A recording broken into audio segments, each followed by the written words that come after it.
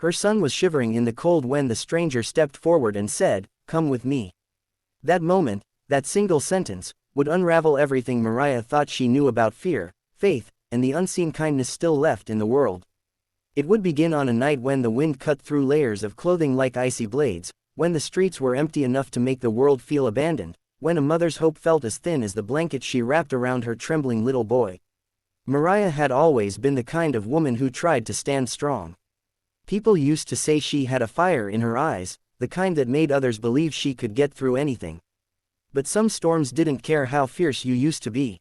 Some storms stripped everything away: jobs, homes, plans, even the sense that tomorrow could be better. And now, as she hurried down the dimly lit sidewalk with Ethan pressed against her chest, she felt that fire flickering out. She kept whispering to him that it would be okay, that she just needed to make it to the shelter before they stopped taking people for the night. She had called earlier, they said they were full. But she begged, she pleaded. They told her to try anyway because sometimes someone didn't show up. Sometimes a space opened. It was the only chance she had left. But the shelter was still half a mile away, and the temperature had dropped faster than she expected.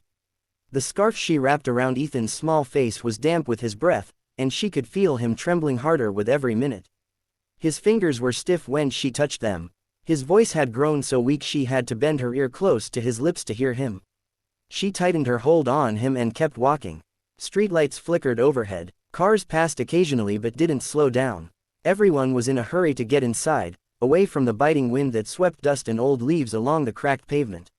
Mariah's eyes burned from the cold, and it wasn't until a tear slid down her cheek that she realized she had been crying silently.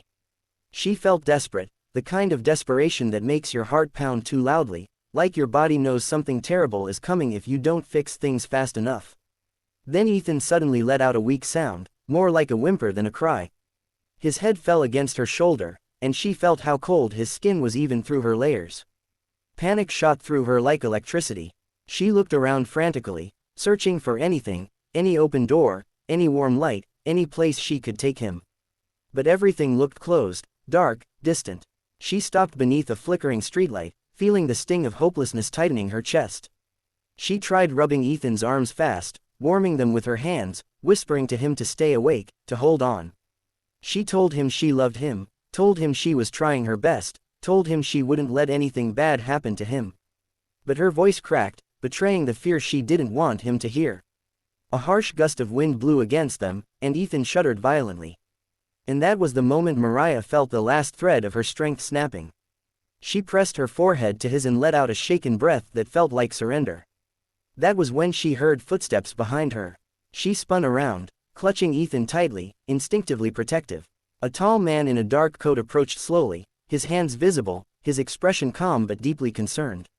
He looked like someone in his late 40s, maybe 50s, with lines on his face that suggested he'd lived through storms of his own. His hair was streaked with gray, and the lamplight reflected in his eyes with a mixture of empathy and urgency. For a moment, Mariah felt a rush of fear. In the dark, alone, with her son, vulnerable, every stranger felt like a potential danger. She stepped back, shielding Ethan. But the man didn't come any closer. He stopped several feet away and lifted his palms slightly as if to say he meant no harm. His voice, when he spoke, was steady and warm despite the cold. He said, "I'm sorry, I didn't mean to scare you. I just saw your son, he's in trouble. Please let me help." Mariah shook her head at first, her instincts tangled between fear and desperation. She didn't know this man. She didn't know what he wanted. But she knew one thing with certainty: Ethan didn't have much time left in this cold. She whispered that she needed to get him to the shelter. The man listened, then looked down the street with a troubled expression. He told her gently that the shelter had closed early because of the incoming snowstorm. He had passed by earlier and heard them turning people away. Those words sank into Mariah like ice. She felt herself sway a little, gripping Ethan tighter. She hadn't realized just how far her hope had stretched, and now it snapped completely. The man looked at her again, and this time there was a firm, almost urgent compassion in his voice. He said, "Come with me. My place is just a block away. I have heat, blankets, food. Please, your son needs warmth now." Mariah hesitated. Every warning she'd ever heard about trusting strangers echoed in her mind. She knew the world was dangerous. She knew people had reasons for offering help that weren't always kind. But when Ethan's body went limp for a second, her heart dropped. She knew she didn't have a choice anymore. If she kept walking, she might lose him before she got anywhere. Her voice came out small when she said, "Please don't hurt us." The man's face softened. "I would never," he answered quietly. "Let's get him inside." Mariah followed him, each step filled with fear and hope fighting inside her. The cold seemed heavier now that she knew shelter was close. When they reached a modest apartment building with an old brick exterior, she noticed warm light glowing faintly from a window on the second floor. The man led her up a set of stairs and unlocked a door that opened to a small but tidy living space, a couch, a bookshelf lined with worn novels, a lamp casting soft golden light. Heat washed over her instantly, and she felt her knees nearly buckle from relief. The man quickly fetched blankets, wrapping Ethan carefully and checking his fingers and face with gentle hands. He moved with the calm confidence of someone who had taken care of others before. Then he brought a warm bowl of water and told Mariah to gently warm Ethan's hands and feet, but not too fast. Mariah watched him, unsure whether to trust the comfort she felt. The man introduced himself as Daniel and offered her something hot to drink while she worked on warming Ethan. She shook her head, saying she was fine, but Daniel quietly placed a steaming mug beside her anyway. As Ethan slowly began to respond, color returning to his cheeks, Mariah felt a wave of emotion so strong it nearly broke her. She whispered to Daniel without looking up, thanking him, her voice trembling.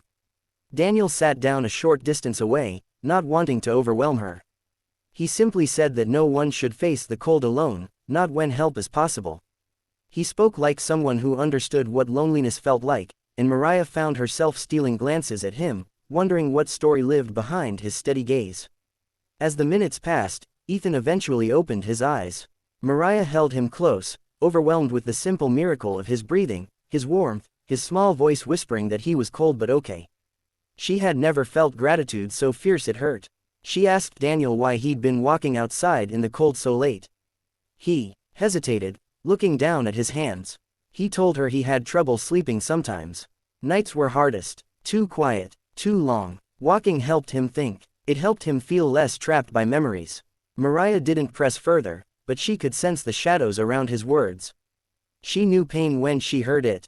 She recognized the silence of someone who carried grief like a heavy coat. Hours passed, and snow began to fall outside, thick flakes swirling under the streetlights. Daniel insisted they stay until morning. The storm was dangerous, he said, and he wanted to make sure Ethan was fully stable.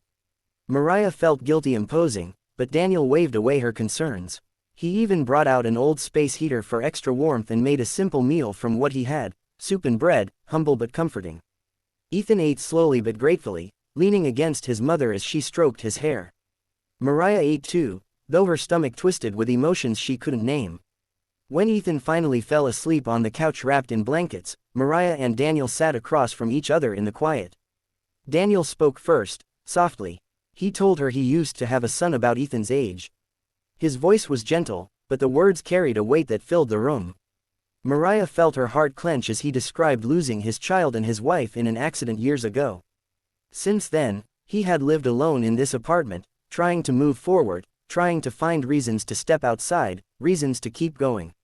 Mariah's eyes filled with tears, not just for Daniel's loss, but for the way he spoke about it, with a mix of sadness and acceptance that showed how deeply he had fought to heal. She told him a little about her own struggles, how her job had vanished, how rent had become impossible, how she had tried to keep everything together until life pushed too hard. She admitted she had been feeling like she was failing Ethan, even though she was trying her absolute best. Daniel looked at her with a quiet firmness and told her she wasn't failing. He said the fact that she kept pushing, kept walking through the cold with her son in her arms, proved more strength than she realized. He said she was the kind of mother children grow up remembering as a hero. Those words hit her so deeply she had to look away. She had forgotten what it felt like to hear something encouraging, something kind without strings attached. When morning finally came, the storm had buried the streets in thick snow. Daniel made breakfast, and while Ethan played with an old wooden puzzle Daniel had tucked away in a drawer, Mariah and Daniel talked about possibilities, resources, programs, places that could help her get back on her feet. Daniel offered to drive her to a community center he volunteered at sometimes, a place that helped families in transition. Mariah accepted, though part of her still